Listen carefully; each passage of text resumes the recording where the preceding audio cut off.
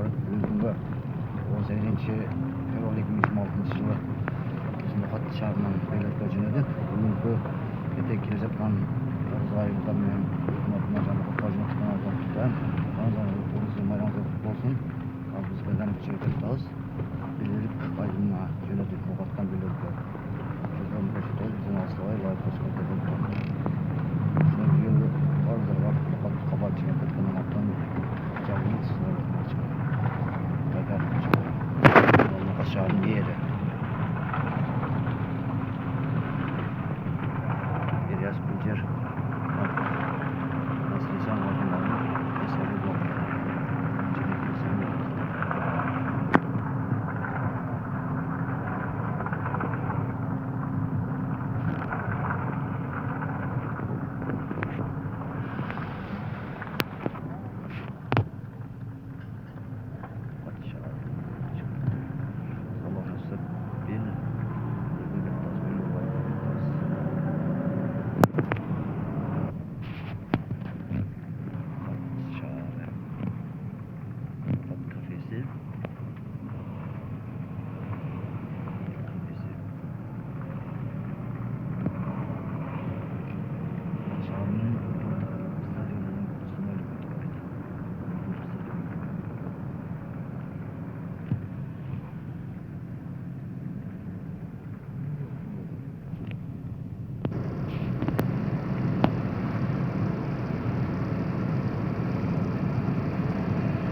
Дай buyursa inşallah horozu hareket vardı. Hem horozu şey var. Varın zaten horozu hayranlarının kaybız. Çıkılma çok kolay. Uzatma ancak bakalım kavar çiğnetir kırmamaklar. Erkek horozu hayranlarının tutayız.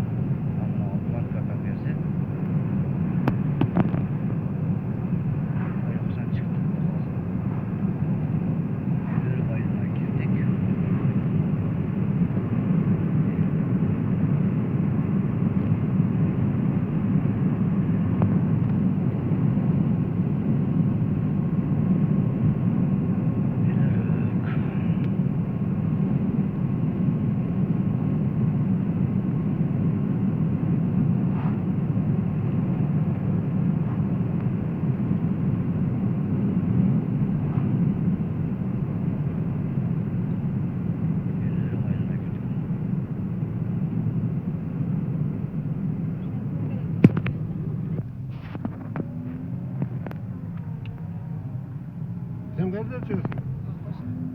Kim babası sen?